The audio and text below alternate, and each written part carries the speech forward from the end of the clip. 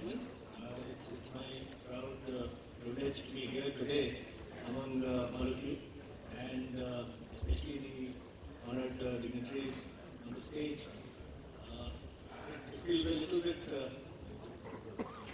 shall I say, embarrassing or also motivating to commence this discussion in the presence of people who actually trained me. Ranjan sir was a faculty member while I was in the academy as a young trainee, and today I'm here to make a very brief presentation and to inform you about the activities that we are doing within MyGov, which is an initiative, a very recent initiative of the Government of India, and probably trying to explore as to how MyGov can also play a role in the cybersecurity sphere. Now, I'll take just about maybe 5 to 7 minutes to make a very brief presentation, giving you an overview of MyGov. But before we do that, how many of you have seen MyGov yet? Okay, not too bad, but could be better yet. MyGov is an initiative of the Government of India launched on 26th of July last year by the Honorable Prime Minister. And in a sense, it's a paradigm change in how the government seeks to engage with citizens and with various stakeholders in governance. As you may be aware that about 3 years back, in 2012, the Government of India had issued a couple of guidelines, the Citizen Engagement Framework as well as the Social Media Guidelines. And subsequent to that, many government organizations across the country, including the central government as well as the state government, have been leveraging social media for various purposes. And in fact, some of the police organizations, including right here, the Delhi Police, have been using Facebook and other social media platforms very, very effectively to deal with issues of general security, citizen security, traffic management, and so on and so forth. But there is still a very, very long way to go. The Digital India initiative of the Government of India has, of course, many different components about which the Secretary Deti would have possibly spoken earlier this morning. And MyGov forms part of that bouquet of various initiatives with the specific intention of involving citizens directly both in the design as well as the implementation of public policy. In terms of numbers, we've just started, we're just about 7 months old, and we have about slightly over 8 lakh users, adding about 4 users every minute, who come to the MyGov platform looking for information about what the government is doing and how they can participate in this process of governance. We have 28 different groups, including a group which is piloted by the Ministry of Home Affairs, which currently has some discussions going on the issues of disaster management and other related issues. There are 300 or more tasks and discussions that MyGov has performed over the last 7 months, with about 1 lakh submissions being made against the tasks in terms of creative ideas, as well as over about 4.5 lakh comments which have been made against specific discussion topics. The features that MyGov offers today include discussions, as I just mentioned, creative activities, but also open forum discussions on larger issues which are not restrained or restricted to a particular ministry or a particular department, as well as the inputs which the Prime Minister uses for his monthly radio address called Man Ki Baat. For those who would be following the PMO on Twitter, for instance, or other media, would have seen that yesterday we started inviting suggestions from the citizens in terms of what the PM should speak about to the farmers specifically, addressing the farmers specifically in the next episode of Man Ki Baat, scheduled for later this month. The MyGov version 2 has been launched recently, and in addition to the discussions and the creative tasks that we do perform, there are also other means and other mechanisms of public engagement that have been introduced here. These include the blogs, and in fact this morning we published a blog on how various citizen submissions and ideas were used in framing the railway budget as well as the union budget which were presented to the Parliament recently. We've also introduced a feature of a poll where governments and government organizations can can host polls on various issues and obtain direct feedback in terms of the public support for various activities. Now, how does all of it tie up with what we are here to discuss today? The first is, of course, MyGov's own requirements in terms of cybersecurity. We are dealing with over 8 lakh users, 8 lakh citizens, mostly Indians, but also about 4 to 5% of these 8 lakh people are logging in from outside of India. So it's a platform which in a way reflects what the citizens of India are thinking, and for the same reason it is also vulnerable to cybersecurity threats.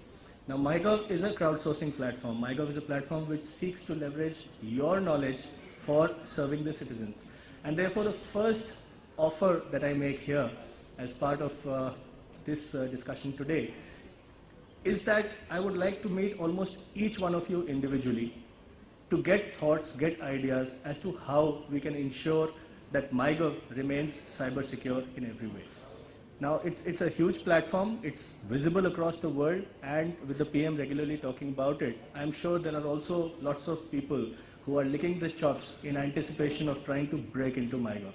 So therefore, the first idea, the first thought that I have here is to use your knowledge, and through you, the knowledge of your organizations as well as your other colleagues, to tell us how MyGov's own security can be improved, can be made better. But more importantly, MyGov recently has also launched an initiative to propagate and promulgate internet safety practices. As you're aware that the second week of February is celebrated worldwide as Internet Safety Day and Internet Safety Week. And we had some discussions conducted over MyGov, specifically targeting 2 constituencies. The first being children and young adults, because children and young adults are possibly the biggest users of internet today, and both over the traditional devices as well as over portable devices, handheld devices and all. So therefore, with the increasing use, they are also very, very vulnerable to different kinds of security threats. And that's one discussion that we conducted over MyGov in February, and we are trying to come out with simple guidelines, simple thoughts about maybe 10 to 15 practices which, if implemented and understood by children and young adults, can keep them secure over the internet. And the second constituency that we propose to address is government officials. I recall that some years back I was working in one of the districts in Chhattisgarh, and we had some e-governance initiatives launched there. Going on an inspection to one of the tehsils, I found that next to the computer there was a piece of paper stuck to the wall with some names and some gibberish written on it. Wondering what it is, I asked somebody, so that these are the usernames and the passwords for the application, so that if one chap doesn't come, then the others can use them to log in and continue providing these services. While of course, this is being interpreted by those users possibly to mean that there are 2 keys to every Almirah, so if somebody is on leave, the Almirah can be opened and the file can be taken out, even if one of the assistants is not available in the office. But for a internet-based system, for an e-governance perspective, it could actually be very, very dangerous. I don't need to explain to this audience as to how dangerous it could possibly be. So, and this is probably just one example. There would be hundreds of similar examples that you could also recall anecdotally. But the idea is that we do have a large number of guidelines in place. We do have a large number of instructions in place. Agencies like CERT-In have been doing a marvelous job in terms of issuing guidelines, in terms of telling the government agencies as to what all to do to ensure cyber security. But somehow these things tend to be very, very technically complicated. The language in which they are presented are quite complicated, and therefore many of the people, especially those who have just been introduced to this cyber world, are not able to understand and appreciate. So the idea that we are proceeding with is to have, again, 10 to 15 simple guidelines in simple layman's language, which our office assistant working in a remote tehsil or a remote block somewhere in the country can possibly understand. And I would look forward to your comments and your suggestions also as to how we can make these guidelines more interesting. But coming back again to the specific topic of this particular panel, this particular session, is about citizen security and safer cities. Now, there is no discussion currently going on MyGov with regard to citizen security. There are many police organizations, central organizations, as well as state polices and specific city police organizations who have come onto the social media, as I mentioned earlier, to involve citizens in the process of making their neighborhoods and their cities safer.